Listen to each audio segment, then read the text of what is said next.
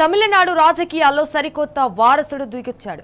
Assembly ఎన్నికల్లో పులిలా ప్రతిపక్షాలపై గర్జించాడు. ఎన్నికల్లో గెలిస్తే తాను చేయబోయే మంచి ఏమిటో ప్రజలకు మాస్టర్లా వివరించాడు. తన ప్రత్యర్థులపై కూడా మాటల తుపాకీని గురిపెట్టి ఎన్నికల్లో ఓట్లు రాలగొట్టాడు. తమిళనాడు యూత్తో స్నేహితుడిలా కలిసిపోయి దళపతికి తిరుగులేదని నిరూపించాడు.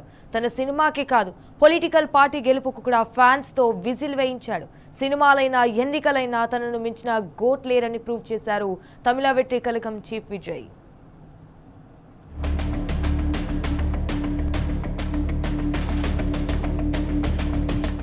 తమిళనాట కొత్త పొద్దు పొడిచింది. ద్రవిడ రాజ్యంలో తిరుగులేని రాజులుగా రాజ్యమేలిన పార్టీల గోడలు కుప్పకూలాయి.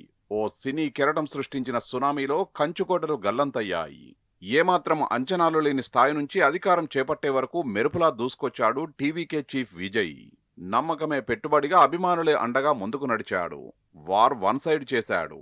తమిళ వెట్రి కలగం అధినేత దళపతి విజయ్ ఇక తమిళనాడుకు జననాయగన్.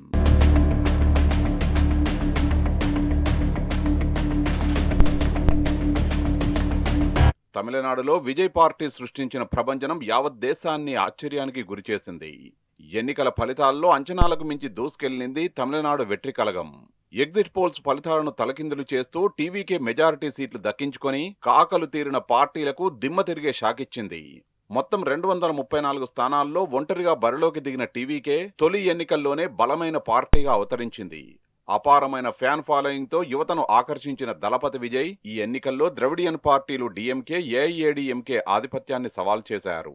అవినీతికి వ్యతిరేకంగా వినూత్న ప్రచారంతో దూసుకుపోయారు. మేనిఫెస్టోలో సరికొత్త పథకాలతో మహిళలు యువతను ఆకర్షించారు. కింది స్థాయి నుంచి పార్టీని జనాల్లోకి తీసుకెళ్లారు.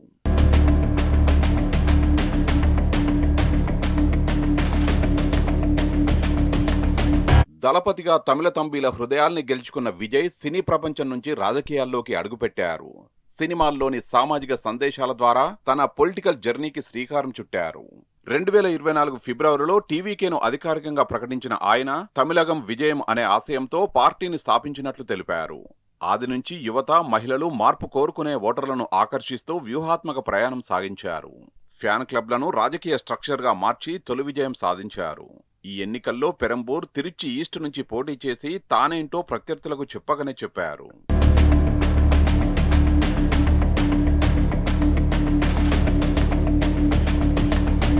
ఎన్నికల ప్రచారంలో ద్రవిడియన్ పార్టీల హామీలను రీసైకిల్ గా విమర్శించిన విజయ్ ఇంప్లిమెంటబుల్ వాగ్దానాల్ని టీవీకే మేనిఫెస్టోలో పొందుపరిచారు.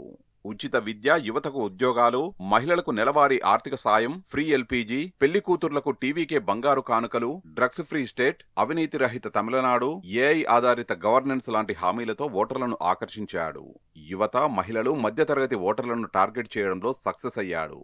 ఫ్యాన్ బేస్ ను ఓటు బ్యాంకుగా మార్చడంలో ఎంజీఆర్, జయలలిత స్టైల్ ను ఫాలో అయి తన గోల్ ను రీచ్ అయ్యారు. అలియన్స్ రాజకీయాలకు వ్యతిరేకంగా స్టాండ్ తీసుకుని స్పెషల్ ఇమేజ్ క్రియేట్ చేసుకున్నారు జననాయగన్.